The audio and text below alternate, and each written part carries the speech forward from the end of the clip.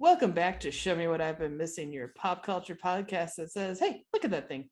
And I'm one of your hosts, Elizabeth Stanton, and with me is our other host. The tree known as Chris Mack. Oh, yeah, you've got your your hair up. Yeah, it was getting on my nerves, so I just put it up. Respect. I do that too. Yep. I finally know what it's like. It's a universal feeling. Yeah, man.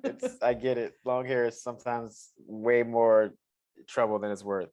I like having it. I prefer it. And people are like, oh, but if you put it up all the time or you say it annoys you, why don't you cut it shorter? I'm like, why don't you fucking cut it shorter? You don't get it. That's absolutely the truth. Like, people have been asking me if I'm going to cut my hair for a long time. It's like, dude, I've been growing my hair for 4 years. That's going to be a very hard step to be like, all right, you can cut it. I don't even want the shit trimmed, to be honest with you.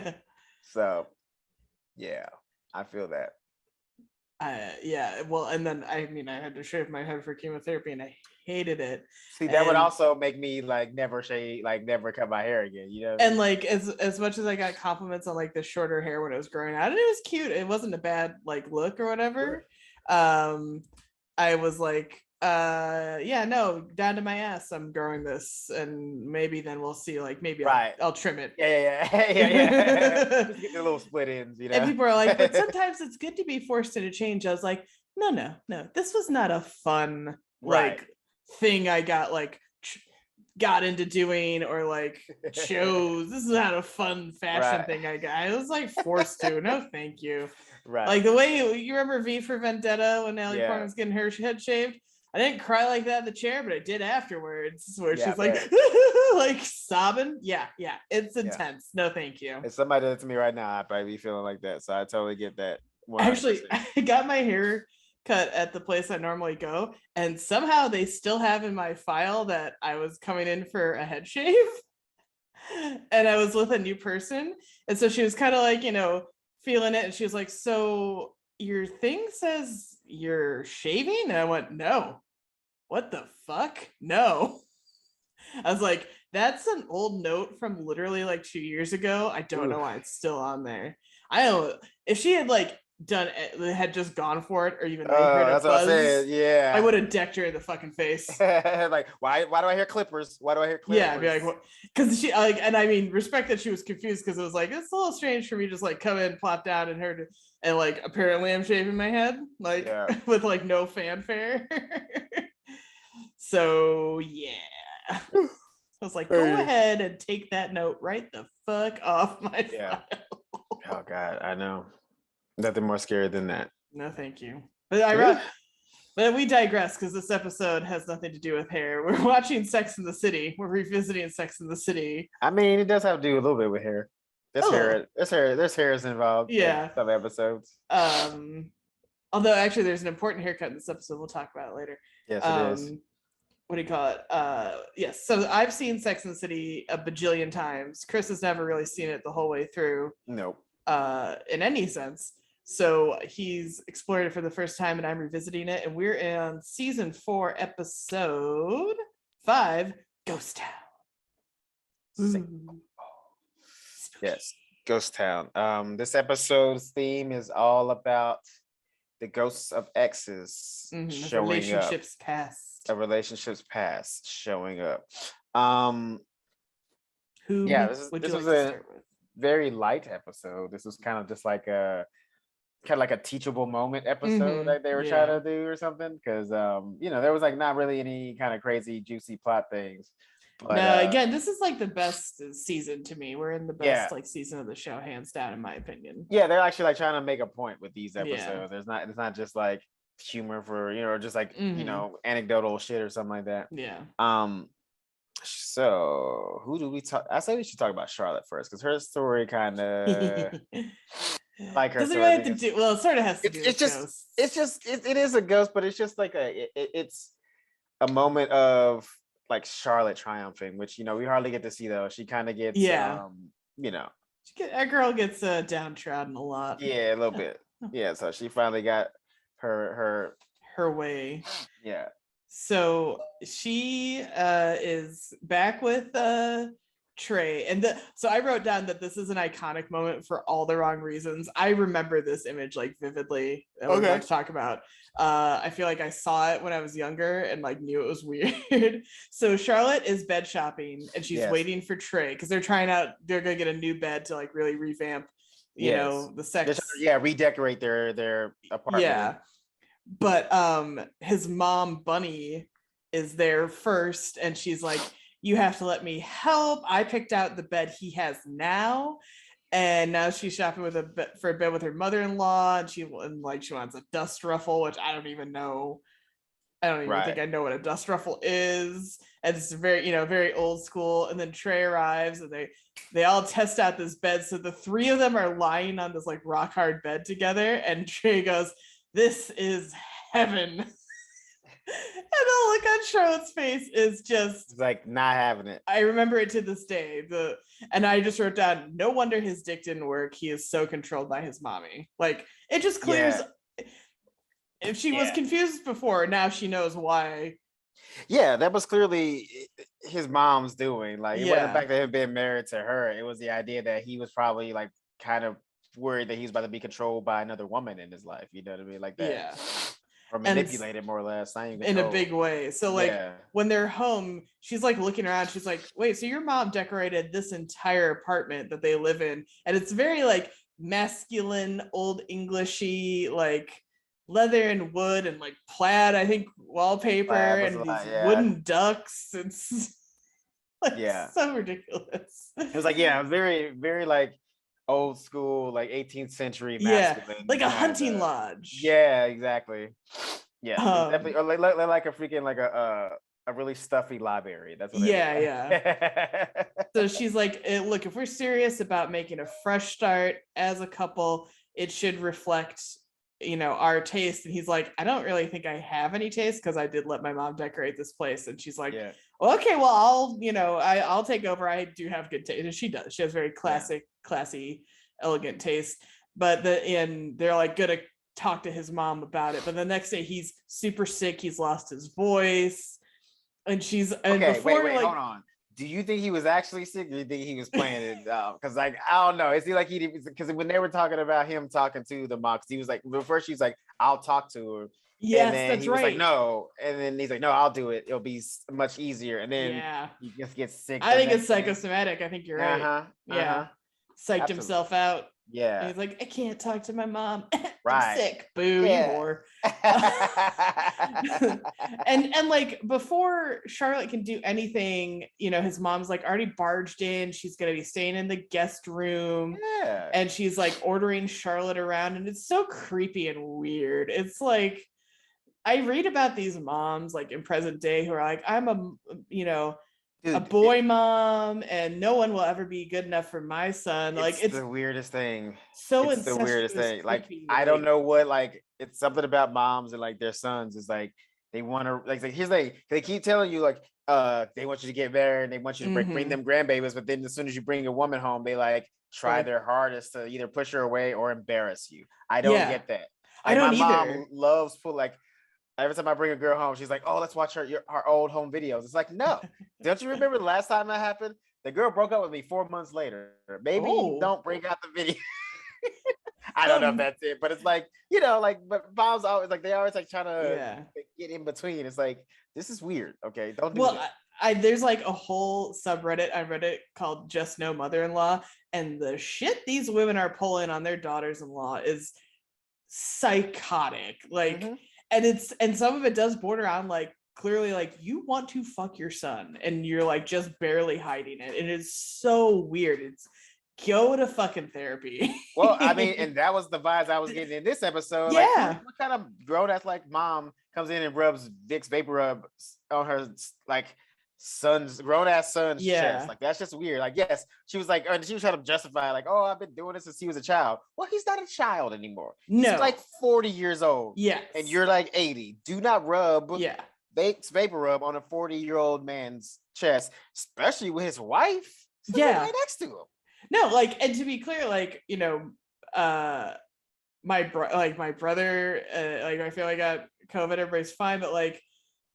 my mom wouldn't be like, oh, let me come in and like tend to my son like that. Like she might be like, hey, you want anything? Or like even like me, like I had like different, treatment stuff or whatever. And it was sort of like only as like I might have needed help. She didn't like come in and like touch and be all fucking weird and shit. Like also without permission too, and without permission. She just like walked into the like you just got a key to your son's apartment and you just think you can just walk into his place. I mean, obviously she can because he never stopped her before. That's where she gets the audacity in the first place. That's the problem in like all of those like, advice column things. It's like the son has never laid down a boundary ever with mom and sides with mom.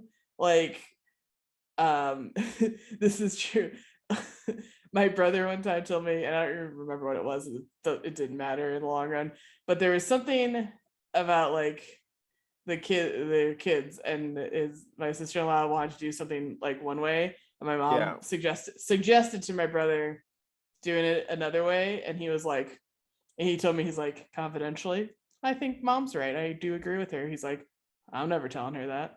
She never gets to know that. It's my wife's call, That's our argument. And that's the 100% correct answer to that conundrum is like, maybe he does disagree, but or vice versa, whatever the parenting or family dynamic. But as a couple, you're a united front, and like what your family says does not necessarily go anymore. Like you can still take their feelings into consideration. Yes, however, like this is the woman you're supposed to be taking care of. Like if we're talking like traditional relationship standards, like this is the woman you're supposed to be taking care of. So therefore, she goes off, you just got to support her. And then when the mom leaves, then you be like, look, hey, that wasn't the right way to do it, right? You know what I'm saying? There's other better ways we could do it, stuff like that. But like you never just like take only your mom's feelings into consideration and like fuck your wife, because clearly he wasn't, because every time his mom spoke up and said something, it was like Charlotte never said anything. It was like everything that she said to him was gone. That's frustrating as hell, because it's like, then why am I even your wife? And the other creepy thing about that Vic's scene is it's just so weird to me too, that like Trey's so muscly that it has an extra weird layer to it. I don't know if it would be different if he was like more like an average build or like doughy. I think it would. I think him being a little bit chiseled is making it a little bit creepier. It's an extra weird layer on it. It does. Yeah, but like Charlotte does like try to stand her ground with her and be like, it's fucking weird that you're doing this. Yeah, she's like, this is inappropriate. You're being inappropriate. Yeah, she told her that like she's like, it's inappropriate, and she's like, and I am gonna redecorate this apartment. And Charlotte's like, I am the lady of the house. And Trey's mom is like, I've been around longer, and I never left, and I'm always gonna be here. I'll be here for fucking ever. And I'm like, that is so cool, so creepy, weird. And I wrote it down again. I'm like, seriously, no wonder he has sexual problems. Because I mean, listen, my dick probably wouldn't work either if my mom was slowly trying to like be in a relationship with me.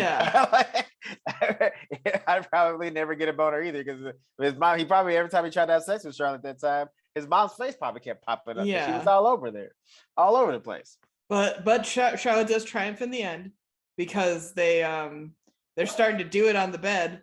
They did win the bed battle, I guess, because they say there's no dust ruffle. No dust ruffle. Yep, that's it. So they're starting to do it, and Charlotte's on top, and Trey's mom walks in and sees them about to go at it, and then she is like, whoa, like bumbles away, and apparently never busts in like that again, which is. Now, you think she was flustered or just jealous? Both. So gross. So gross. She's like, I can't believe that girl's fucking my son. I used to fuck him like that. That used to be my job. All right. So then that's kind of it with Charlotte. That's sort of the ghost theme, is that Trey's mom is the ghost haunting their. Well, and that's what I think it's not even the ghost of like haunted apartment. It's like their whole entire relationship. Yeah. Because like all that stuff that was going on. I mean, hell, the mom basically, like, remember, she came up with the prenup. Yeah, she was coming in. She basically tried to like design their wedding and everything. Like, she was just trying to push herself into every aspect. And the arm thing, that's how she controls Trey, is that little arm rub. Right. gets him to change his mind, and Charlotte used that, but that's how she got the proposal she didn't want, where he just goes, all right.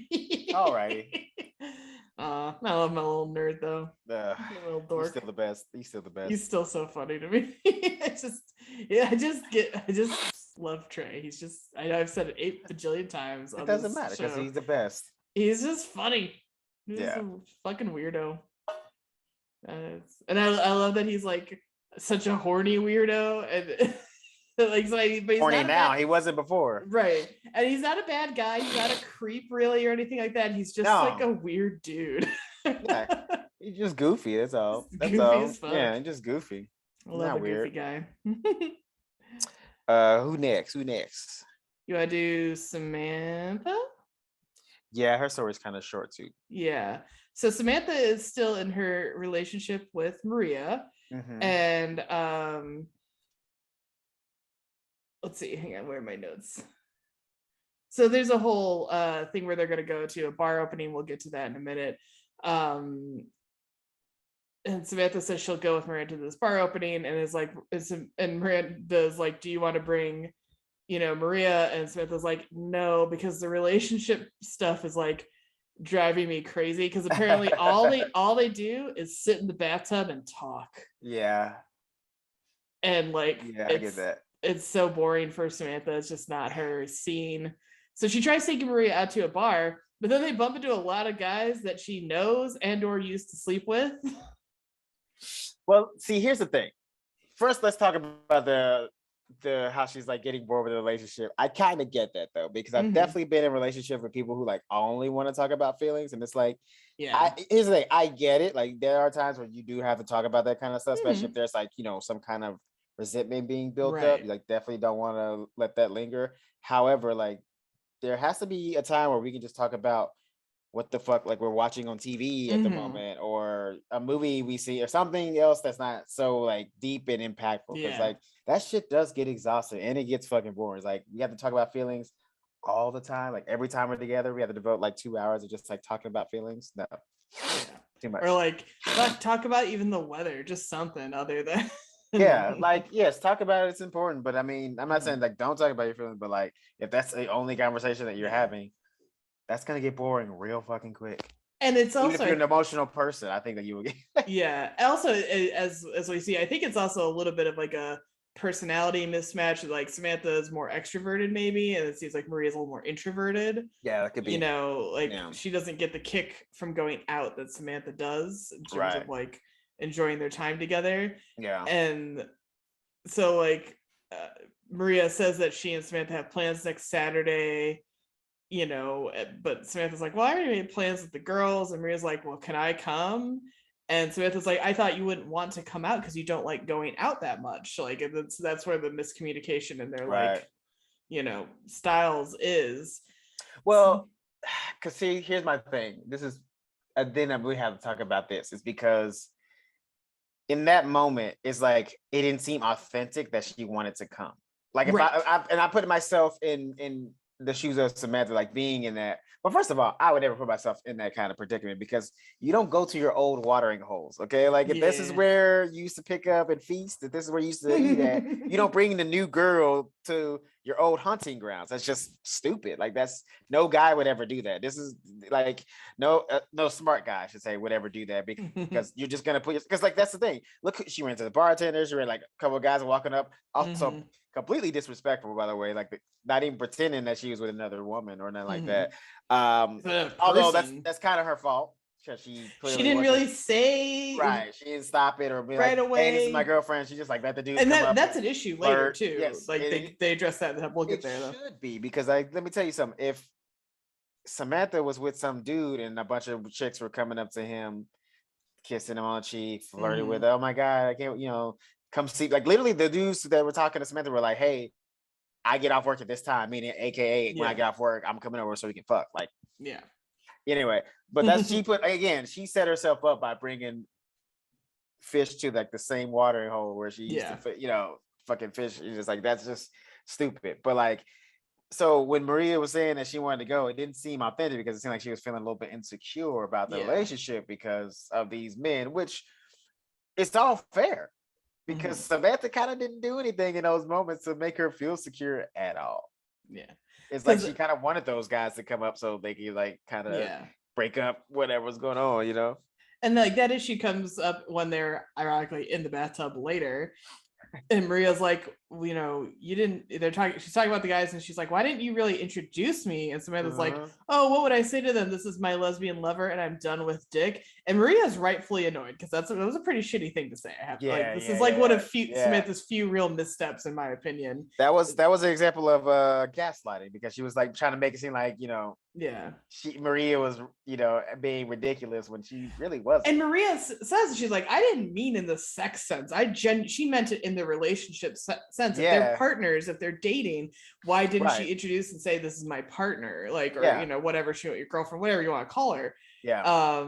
But Samantha's just super uncomfortable in this like conversation in the tub, and she says she's tired of having to talk all the time. Then they get into how many men has Samantha been with. Never ask that question. Man, woman, whatever. That's just a stupid question. You don't need those numbers. It's not going to do anything for you. No, because then just accept that they've had people in the past and move the fuck on. Yeah. And then she's like, well, how many women have you been in? Maria's like 12. I think we all know Samantha has been with more. Who cares? Yeah. And they argue, and Maria's like, why are you so afraid to talk and you're pulling away? And like she tries to kiss Maria, but she's like, I want to do that. No, not sex. We have to talk. And Samantha's like, I'm done talking. Because I think in some ways Samantha is pulling away, but also maybe she just haven't have anything to say. Like, you know, if you're getting deep on the field, like sometimes. Well, that's what I'm saying. From what it seemed like, as far as their relationship, the way that Samantha talked and the way that they kind of played it up in this episode, it seems like they talked a lot. So yeah, you will eventually run out of things to say. Like sometimes you don't feel like anything. Sometimes you just want to be numb and watch TV. Like maybe she just hit that point of numbness. Like you can only have so many feelings in your body. Hell, sometimes in therapy, like I don't always, like if I had like a good week or whatever, and I don't know, like want to like let's like dive deep into like harder shit. I'm like, I don't really know what to say. Like, and that's fine. Like, so I like the person I'm with now, because I had someone before who like I'd come in and be like, I had a pretty good week, and this positive thing happened, and or even if it was neutral, they'd be like, they're like, so do you want to talk about the other stuff that made you like cry a couple sessions ago? Yeah, like, not fucking. You want to talk about your uncle now? It's like, no, I don't want. No, I don't want to talk about my dad or my mom or whatever. It was like, I don't really. I think it's okay to not get into the hard shit sometimes. Sometimes you need a break from that. Yeah, and like I had I just did it earlier today before our recording, and I had like pretty solid week and things went well, and like we focused on that. We didn't get into like, you know, and I was like, good. I didn't want to like be like near tears coming and be like, who's talking about Sex in the City? Absolutely. Some days you just So I just had a good day, man. I get it, and I get that's where Samantha's coming from, because like if we're always talking about feelings, dude, like my lady now sometimes that's what she wants to talk about. I'm like, yo, can we not today? Like maybe it's not that big a deal. Maybe we could just just not do that. So they're sleeping, and one of the guys from the bar knocks on her door in the middle of the night, and she turns again. Samantha's fault, by the way. Samantha's fault. Sorry. I mean, because like, yes, you could have predicted that he would come over. However, that is one of the dudes that she ran into at the bar, and she could have been like, "Hey, this is my girl." She didn't say what her situation was. Yeah, so she kind of left the metaphorical door. Left it open. Yeah. He left the door wide open. Yeah. And then as far as he's concerned, Maria's at the door and introduces herself as Samantha's girlfriend, and the guy's like, "Oh, hot. So can I get in on that?" And they're like, "All right, bye, dude." But that's Maria finally hits her breaking point with Samantha. And Samantha's like, they're just guys from the past. And Maria's like, they're not. And they argue about how much sex they had. Because I guess, the earlier episodes we saw, they were very hot and heavy and having a lot of sex. Right. And now Samantha's mad because like, we don't hardly do it anymore. All we do is talk about the feelings. And that's driving her crazy. And she's like, I want passion and fireworks. And Maria flips the fuck out and starts smashing plates. And is like, yeah, there's fireworks for you. And I love the line Samantha goes, my plates. And Maria's like, you don't even cook. It's so funny. I mean, yeah. You can look at Samantha and tell she don't ever cook. If there's food in that house, it's definitely takeout. Yeah. It was so funny. She ain't got time to be cooking, bro. She orders all her meals, living in that fucking. It's like what did they say? $4,000 a month apartment. $7,000, I think. Oh no, yeah, right? $7. Yeah, it's $7,000. That's right. Yeah. Oh my lord. If I lived in a $7,000 a month apartment, well, one, I wouldn't actually be able to. But let's say I did. I would be eating nothing but ramen. Dude, even if I could afford it and it wouldn't be like nothing out of my regular checks. Like I couldn't even just fathom write a check for $7,000, bro. No. I couldn't write it down. Like unless I'm making like $25,000 a month, then maybe I could write that. It's almost that's the right rent ratio. It's about a third of your take home pay. Yeah, if it was like something like that, if I was making like that, like $25,000 a month, then I'll write that check. But no, can you imagine like making like $10,000 a month, and then you gotta write a $7,000? Oh my god, that's too much of your that is not the recommended income ratio. We're talking about New York too, so expenses are higher than Oof. So they have that big fight. Maria does come over to Samantha's with a peace offering of a strap-on.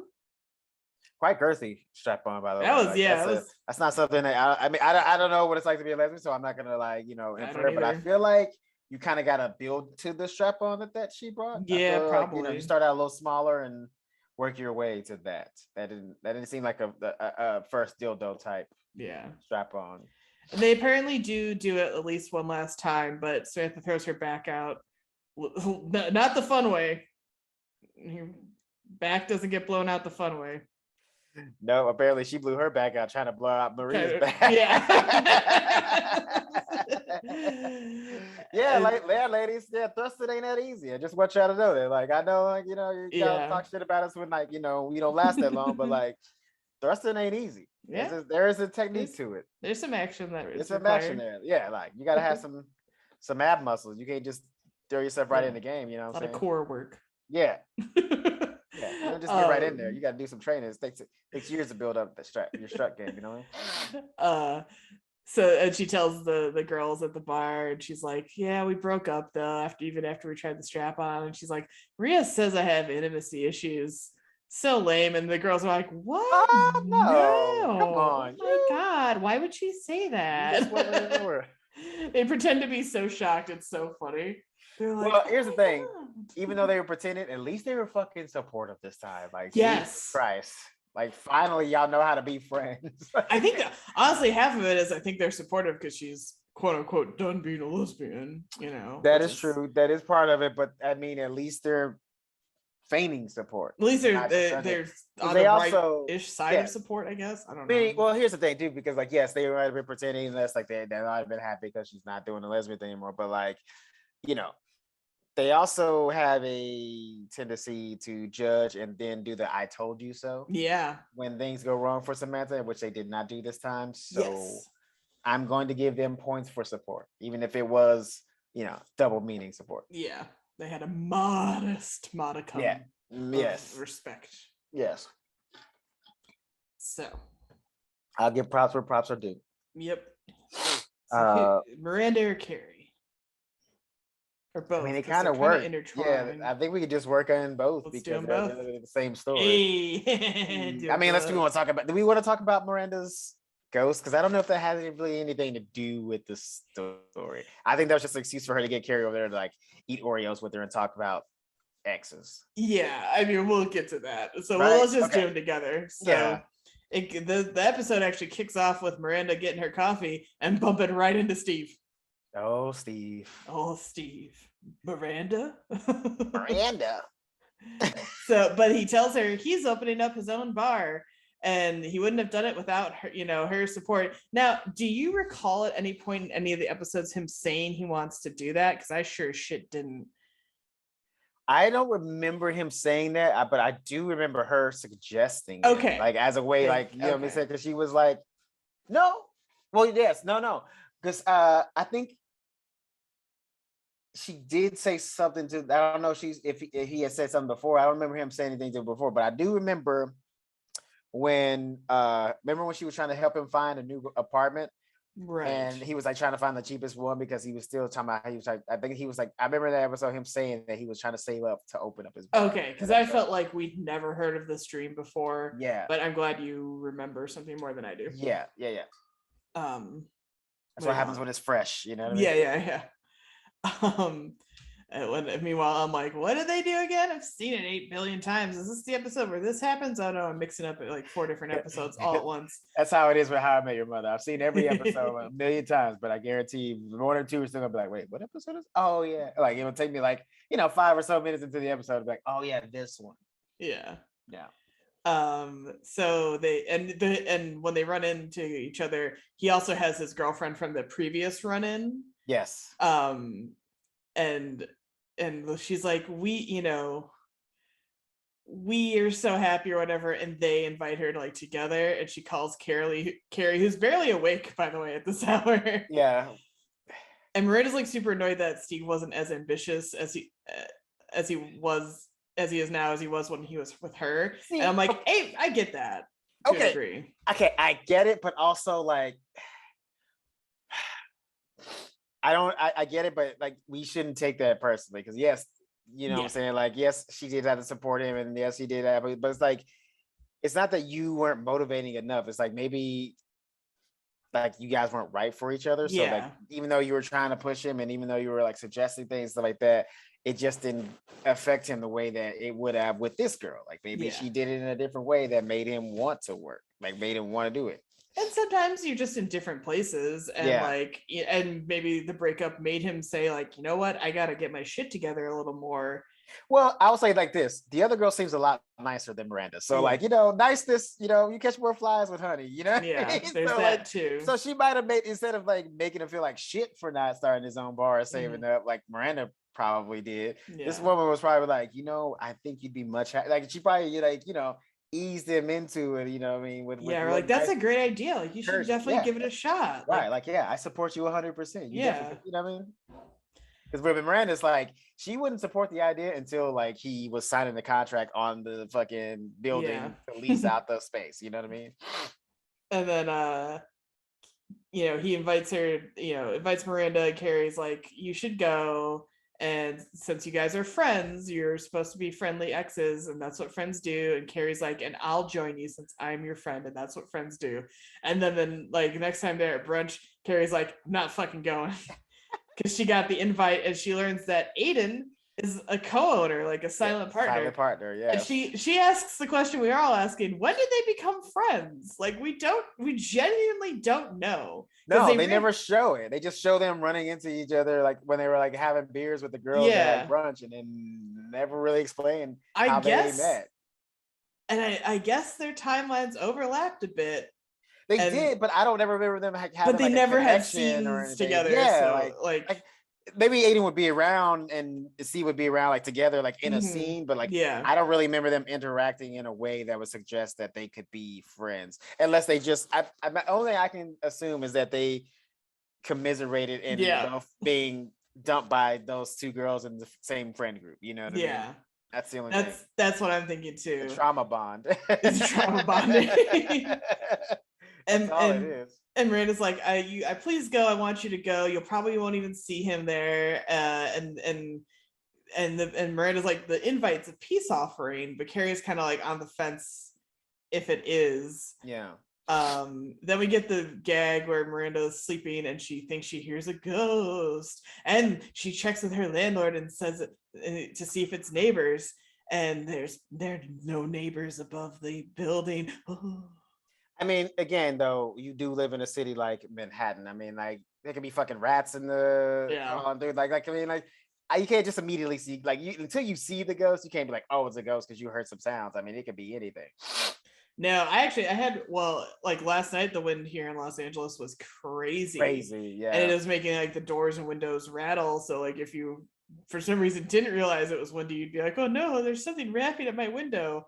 Instead, I'm like, oh man, I hope a branch doesn't fucking come through here. That sucks. No, that's what we had to worry about. Fuck a ghost. We had to get a fucking palm tree branch sliding through, and them things can get thick and very heavy. Yeah. Fuck up cars and everything. So the ghost theme is not subtle. But the theme that they come up with from it is Miranda needs to confront the ghost, acknowledge it, and let it go, is what you're supposed to do to rid yourself of a ghost. Yes, and she does sort of, but like it's like she didn't really let it go. Like he just happened to say the things that she needed to hear for some reason. She didn't really let it go. But we'll let it. We'll give her the credit because that's how it was written, as if she was supposed to let it go, but like technically she didn't. Because like she does go to the bar opening and they have like a nice time, and she talks to Steve, and Steve is like, hey, you really did kind of boost me into doing this, and I really appreciate it. And then they kind of just go their separate ways at the thing. And he's very nice to her though, and they get a drink. Like that's kind of the last we see of them in the episode, is that they go get a drink at his bar. But that's what I'm saying. Even still, like she didn't really let go. Like if he didn't say like, "Oh, this is because of you," she would have been pissed off the entire time. Like, cause like remember when she walked into the bar, she was very like judgmental of like, this ain't shit, kind of. And it's like a really nice bar. It really is. It wasn't really. It looked like a really nice spot. Like I would go there. Wait, first of all, it doesn't matter if it was a shithole or not. It's a bar in Manhattan. He started a bar in Manhattan. That's already an accomplishment in itself. No small feat. No small feat. No small feat at all.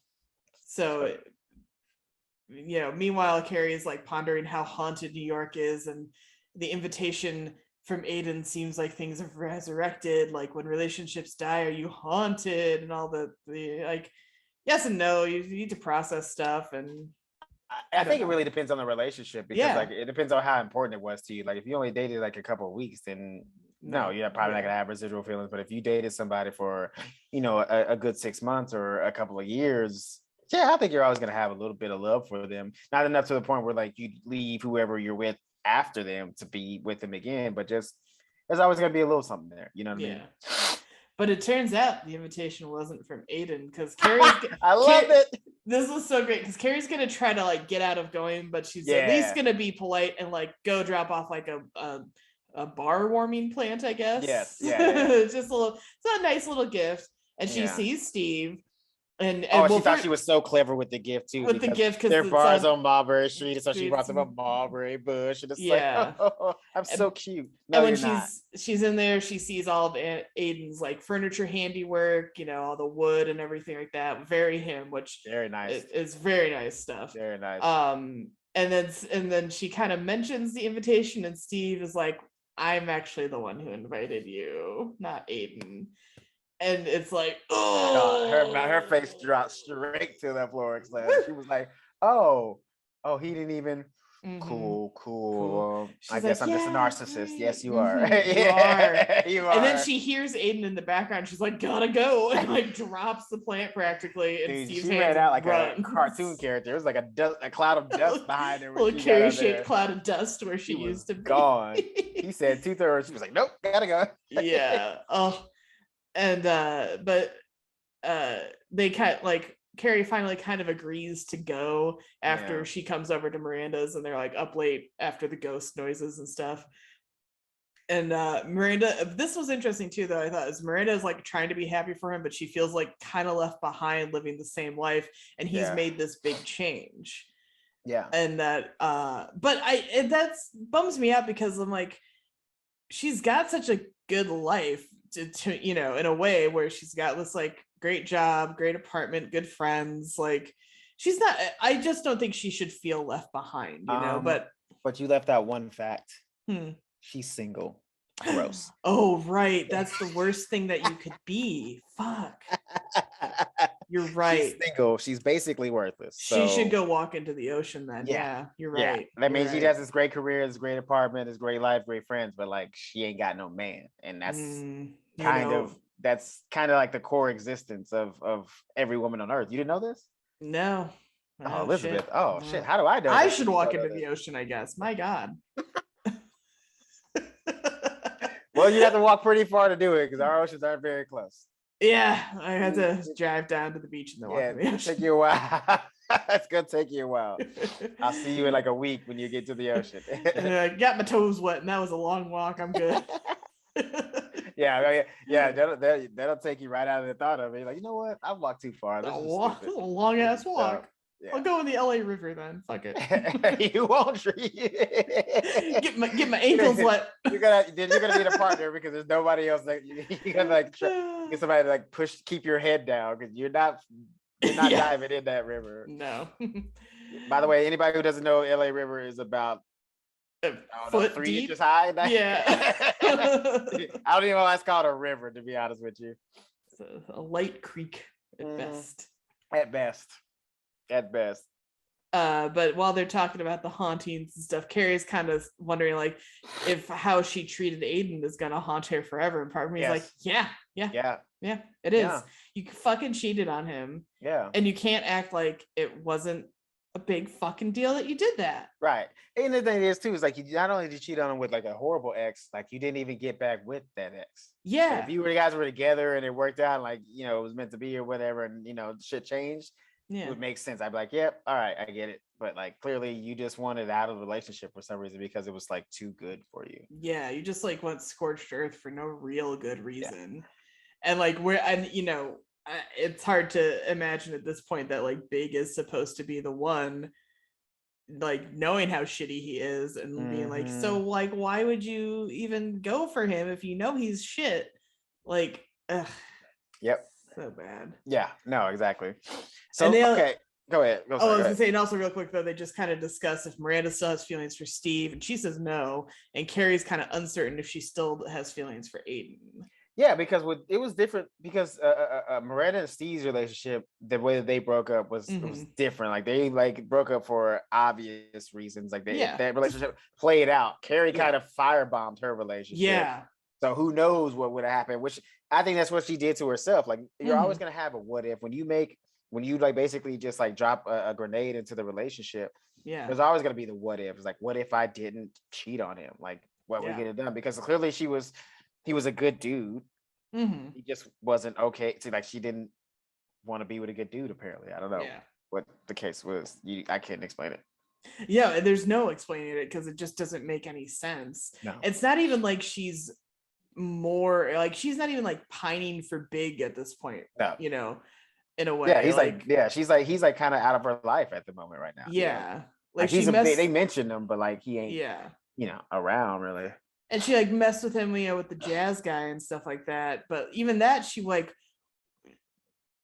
I think she just liked having him on deck, and I think he kind of is the same way. Yeah. They just like having each other on deck, on hand, like just in case. Yeah. Break glass in case of loneliness, I guess.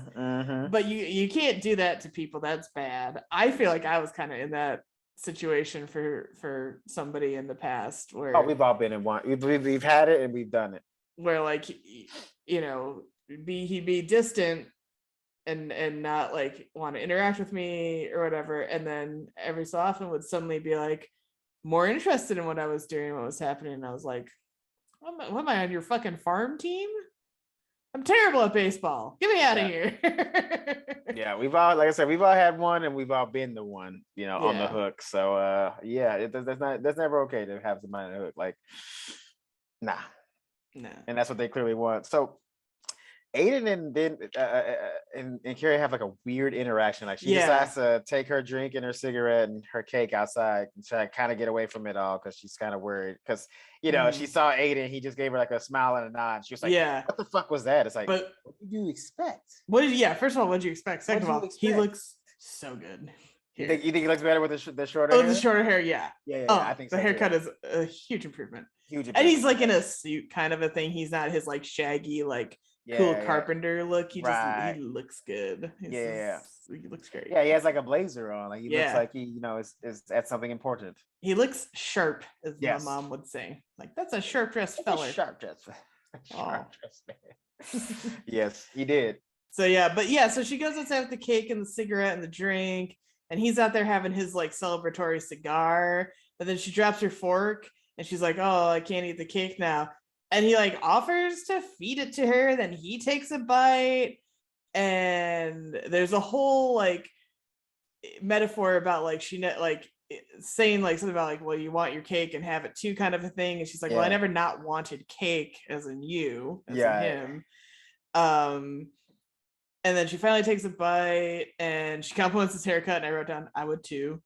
And then Steve pulls him away to do toasts, and he tells Carrie he's glad she came, and that's kind of it. It's very strange. Left her out there. No, it was the right amount, because here's the thing. He didn't say, because like, yes, remember last time she saw him, he was with another girl, but he was stone cold with her that time. Right. He didn't say shit to her. Nothing. But now he's a little bit flirty. Like, he did just enough. Like, if I know, I can already feel like they're trying to write him. He's like coming back, but like, I wish he was playing a game. Like, low-key, just like flirting with her just to make her feel like he's warming up to her, and then be like, wedding invitation. Right. Oh, gangster move, man. That would be so fucking intense. I mean, and she couldn't even be mad about it, because like, that's literally what she did to him, essentially, right? Yeah. So, you know, because then they kind of conclude the episode with her saying like, I confronted my ghost, accepted him, and released him, but I still definitely have feelings for him. I just wrote, bitch, you stay out of this man's life. Yeah, he does not need your fucking nonsense. Yeah, first of all, you did not catch and release him, okay? Right. If memory serves me correct, he broke up with you after you cheated on him, so I think he released you, my friend. Yeah, I don't know why she really thinks she's in charge of anyone taking anyone back, because she's a fucking narcissist. That's why. That's true. That's why. She's like, literally, she's like, oh, he didn't give me enough when I showed up to his event, and all he did was smile and nod. He didn't invite you, bitch. Yeah, that invitation was not from him. It was from Steve being a nice guy. Right. He didn't even invite you because he liked you. He only invited you so Miranda would be uncomfortable. That's it. That's it. Yeah. That's it. He was just trying to be a nice person to her. Mm-hmm. You were a residual. Okay. That's all that is. And you over here tripping, talking about you're not the main character in the situation. Not at all. Her, when she found out she was not invited, I was laughing. I was like, yep. What you get? That's what you get. Fuck your mulberry bush. Yeah. Anyway. What are they supposed to do with that in a bar? Where's that gonna go? I mean, I guess it can go in the office. Probably not. It's probably no windows in the office. It's gonna die back there. Stick that bitch outside where everybody smokes so it dies faster. Yeah, I remember put some cigarette butts in it and then it dies. Fuck your mulberry bush. Yeah. Oh, and I laughed really hard that Miranda was annoyed that Steve named the bar Scout after the dog. Like, what did you think he was gonna call it? Miranda's? Yeah. Yeah, let him explain that to his new girlfriend right now. It's like, why is the bar called Miranda's? Oh, because of my ex. She inspired me to build this. Yeah, because she's not gonna break up with him right then and there. Yeah. Get the fuck out of here. I guess her and fucking Carrie were narcissists this episode. Yeah. I can't believe he didn't name the bar Miranda's after I told him to make a bar. Yeah, I wouldn't like name anything after like the dude I liked, before. I wouldn't even use his name. I don't want to use his name in like a script or anything like that. It's not that dramatic, but like, I don't know. Just like if I wrote a male character, I wouldn't necessarily want to slap his name on it because it was just, I don't want the association and like, I want him to think I named the character after him. Well, that's the thing too. Like, if Steve had named this place Miranda's or Miranda or whatever the fucking case is, she probably would have been uncomfortable with that. Yeah. Let's be honest. If she didn't come up and saw that it was like called Miranda's, she'd be like, "Oh, whoa, what's going on here?" Yeah. So, yeah. So you can't be mad about the like. It would be hilarious if he had named it Miranda's and he'd be like, "Actually, there's a whole other backstory with it. That's like, it's my grandma's name, or like, it's just some other really convoluted backstory that has like nothing to do with her." Face drop, dude. Face drop. Her face would fucking fall off. Yeah. Fuck that. I named it Miranda's, but not after you. Well, it's great, and it's also great that he named it after the dog, because he was the one that bought the dog, right? And she didn't really want him. Yeah. So it's kind of like another like euphemism for like himself building himself up to do it, not really. God, that's a cute dog they got though. My God. Sure is. So cute. Sure is. Meanwhile, she calls her cat Fatty, which is just mean. I mean, it's a little fat. The most I say to my cat is, "Who's a big boy?" And and the vet called him fat this weekend, and I'm not happy about it. I was like, "He's beautiful, How dare you? Well, Black is slimming, so I don't know what the fuck she's talking about. He's a sleek panther. Yeah, I don't know what she's talking about. There's no way. I've never seen a fat black cat ever. I know, they were like, oh, he's a big boy. And they're like, oh, he gained a little weight. I'm like, you just said he was a big boy. How can he be fat if he's a big boy? Right. Did he grow some more inches? Or yeah. Hilarious. So that's this episode. Yeah. Let me tell you where you can find us. On Boop, the boop, old boop, boop, interwebs. boop. Head on down to Instagram. I don't know why that made me laugh so hard.